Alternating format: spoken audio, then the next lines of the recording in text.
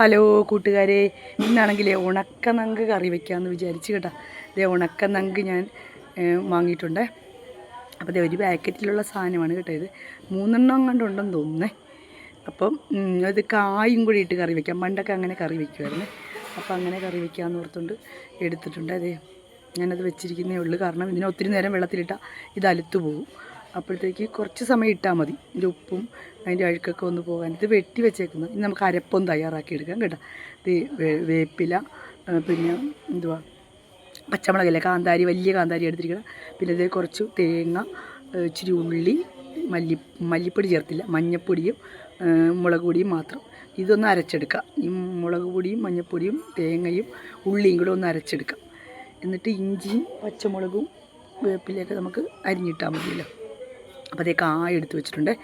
ഞാൻ ആദ്യം ഒന്ന് അരിഞ്ഞ് വെള്ളത്തിലിട്ടിട്ടുണ്ട് കേട്ടോ. അപ്പോൾ അതിൻ്റെ കായയുടെയൊക്കെ ഒരു കറയുണ്ടല്ലോ, അതൊക്കെ ഒന്ന് പോട്ടെ. അപ്പം ഞാൻ അതിന് വേണ്ടിയിട്ട് കായ അരിഞ്ഞ് വെള്ളത്തിലിട്ടിട്ടുണ്ട്.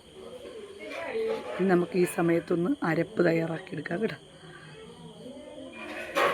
അപ്പോഴത്തേക്ക് പണ്ടൊക്കെ നമ്മളിങ്ങനെ കറി വയ്ക്കുമ്പോൾ നല്ല ടേസ്റ്റ് ആയിരുന്നു. ഇപ്പോൾ നങ്കൊക്കെ കിട്ടിയിട്ട് ഒത്തിരി നാളായി. ഇത് കറി വെച്ച് നോക്കണം എങ്ങനെയുണ്ടെന്ന്. ഉപ്പും കൂടെ വേണം ഇച്ചിരി.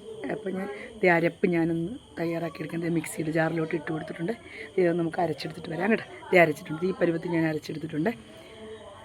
കണ്ടോ, അരച്ചെടുത്തിട്ടുണ്ട്. നമുക്കിനി അരപ്പ് ചേർത്ത് ആദ്യം അരപ്പും കായും കൂടെ ചേർത്ത് ഉപ്പും കൂടെ ഇട്ട് തിളച്ച് കഴിയുമ്പോഴത്തേക്ക് നമുക്ക് ഇത് ചേർത്ത് കൊടുത്താൽ മതി. ഉണക്കമീൻ ചേർത്ത് കൊടുത്താൽ മതി. കാരണം അല്ലെങ്കിൽ ഉണ്ടല്ലോ, ഈ ഉണക്കമീൻ അധികം പൊടിഞ്ഞു പോകും. നമ്മളെല്ലാം കൂടിയിട്ട് അത്രയും സമയം വേകുമ്പോഴത്തേക്ക്.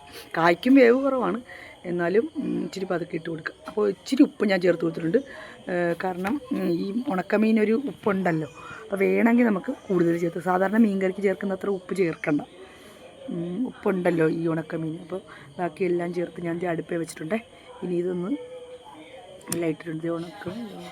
പച്ചമുളകും ഇഞ്ചിയും വേപ്പിലയും കൂടെ ഇട്ട് കൊടുത്തിട്ടുണ്ട്.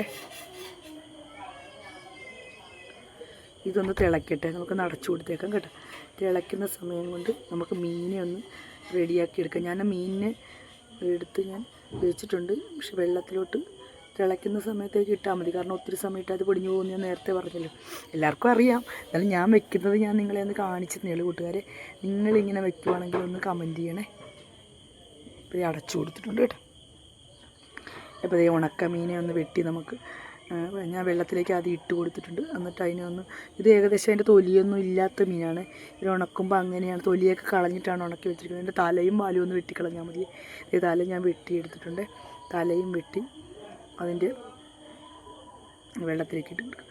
തലയും വെട്ടി അതിൻ്റെ വാലും അതിൻ്റെ സൈഡിലെ ശകലം പോലെ തൊള്ളിയൊക്കെ ഉള്ളു ശകലം പോലെ ഇരിക്കുന്ന സ്ഥലം. അപ്പോൾ ഞാനിത് ഒന്ന് ചെയ്തിപ്പിക്കൊള്ളു, ഒന്നുമില്ല എന്നാലും ഒന്ന് നമ്മുടെ ഒരു സമാധാനത്തിന് വേണ്ടി ഒന്ന് റെഡിയാക്കി വാലും കൂടെ ഒന്ന്. അതുപോലെ 4 മീനേ ഉള്ളു, അല്ല 4 3 ഉള്ളെന്ന് തോന്നുന്നു. അത് ഞാനൊന്ന് എല്ലാം അതുപോലെ ഒന്ന് ചെയ്തേക്കാവേ. എന്നിട്ട് വെള്ളത്തിലോട്ടിട്ട് ഇതൊന്ന് ഞാൻ കഷ്ണിച്ച് വെള്ളത്തിലോട്ട് ഇട്ട് കൊടുത്തിട്ടുണ്ട്. കുറച്ച് നേരം കിടക്കട്ടെ കേട്ടോ. അപ്പോൾ ഈ സമയം കൊണ്ട് അരപ്പ് ഏകദേശം തിളച്ച് വന്നിട്ടുണ്ടേ. അരപ്പ് തിളച്ച് നോക്കാം. ഇത് തിളച്ച അരപ്പിനൊത്തിട്ട് നമുക്ക് ഈ മീനിട്ട് കൊടുക്കാം കേട്ടോ. തിളച്ച് വരുന്നതേ ഉള്ളേ. ഇച്ചിരിയും കൂടെ ഒന്ന് നന്നായിട്ട് തിളയ്ക്കട്ടെ. അതൊന്ന് ഞാൻ പറഞ്ഞില്ല, ഞാൻ അധികം ഇളക്കി കൊടുക്കാറില്ല. ഞാൻ എന്നിട്ട് ഇങ്ങനെ ഒന്ന് ചുറ്റിച്ചാണ് കൊടുക്കുന്നത്. കൈയട പിടിച്ചൊന്ന് ചുറ്റിച്ച് കൊടുക്കുവാണെങ്കിൽ നമുക്ക് അത് അരപ്പ് തിള എല്ലായിടത്തോട്ടും കൂടെ ആയിക്കോളും കേട്ടോ. ഇതിപ്പോൾ ഏകദേശം തിള വന്നിട്ടുണ്ട് കേട്ടോ. ഈ സമയത്തേക്ക് നമുക്ക് മീൻ പെറുക്കി ഇട്ട് കൊടുക്കാം. മീൻ പെറുക്കി എടുത്ത് വിട്ടിട്ട് ഒന്നുകൂടെ ഒന്ന് ചുറ്റിച്ച് വെച്ചിട്ട് നമുക്ക് അടച്ചു കൊടുക്കാവേ. അപ്പോൾ ഞാൻ തീ ഇച്ചിരി കുറച്ച് കൊടുത്തിട്ടുണ്ട് കേട്ടോ. അത്രയും തീ വേണ്ട, കാരണം വെള്ളമൊക്കെ പെട്ടെന്ന് പറ്റിപ്പോവും. അപ്പം ഇത് മീനാണെങ്കിലും ഇച്ചിരി തീ കുറച്ച് ഞാൻ വെച്ചിട്ടുണ്ടേ. ഒന്ന് ഇളക്കി കൊടുത്ത് പതുക്കെ ഇളക്കിയിട്ടുണ്ട്. കാരണം ഈ മീൻ ഒന്നാമത്തേക്കാണ് ഉണക്ക മീനാകുമ്പോൾ പൊടിഞ്ഞു പോകാൻ സാധ്യതയുണ്ട്. അപ്പോൾ ഞാൻ പതുക്കെയാണ് ഒന്ന് ഇളക്കി കൊടുക്കുന്നത്. ഒന്ന് ഇളക്കി ചാറൊക്കെ എല്ലായിടത്തേക്കും ഒന്നൊന്ന് ആക്കി വെച്ചേക്കും. എന്നിട്ട് നമുക്കൊന്ന് അടച്ചു കൊടുക്കാവേ. തിളക്കട്ടെ. ഏകദേശം മീൻകറി സെറ്റായി വന്നിട്ടുണ്ട് കേട്ടോ. ഇത് നോക്കിക്കേ. അപ്പോൾ ഞാൻ ഉപ്പ് നോക്കിയപ്പം ഉപ്പ് മതി, ഏകദേശം ഉണ്ട്. ഒത്തിരി എണ്ണ ഞാൻ ഒഴിച്ചു കൊടുത്തിട്ടുണ്ട്. സ്വല്പം എണ്ണ ഒഴിച്ചു കൊടുത്തിട്ടുണ്ട്. ഇത് കായൊക്കെ നല്ലതായിട്ട് വെന്ത് നല്ല സെറ്റായിട്ടുണ്ട് കേട്ടോ. അപ്പോൾ ഉണക്കമീൻ നമുക്ക് എന്നും ഒരു നൊസ്റ്റാൾജിയാണ്.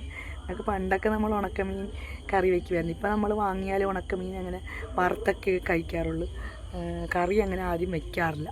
അപ്പോൾ ഞാൻ ഇന്നോർത്ത് ഉണക്കമീൻ വാങ്ങിച്ചപ്പോൾ ഞാനോർത്ത് അന്ന് കറി വെച്ചൊക്കെ ഇന്ന് മീനും കുറവല്ലേ, ഇന്ന് ഹർത്താലൊക്കെ അല്ലായിരുന്നു. അപ്പോൾ മീൻ കുറവായതുകൊണ്ട് എന്നാൽ ഉണക്കമീൻ കറി വയ്ക്കാൻ വിചാരിച്ചത് സെറ്റായിട്ടുണ്ട് കേട്ടോ. ഇനി മീൻ കറി ഏകദേശം റെഡി ആയിട്ടുണ്ട്. ഇനി നമുക്ക് സ്റ്റൗ ഓഫ് ചെയ്യാം. അപ്പോൾ ശരി കൂട്ടുകാരെ, നമുക്കേ വേറെ വീഡിയോ ആയിട്ട് നിങ്ങളിങ്ങനെയാണോ ഉണക്കമീൻ കറി വയ്ക്കുന്നതെന്നൊന്ന് കമൻറ്റ് ചെയ്യണേ. അപ്പോൾ നമുക്ക് വേറൊരു വീഡിയോ ആയിട്ട് വീണ്ടും കാണാം കേട്ടോ കൂട്ടുകാരെ. അപ്പോൾ ശരി, ബൈ ബൈ. എല്ലാവരും ഇന്ന് എന്താണ് കറി എന്ന് കമൻറ്റ് ചെയ്യണേ.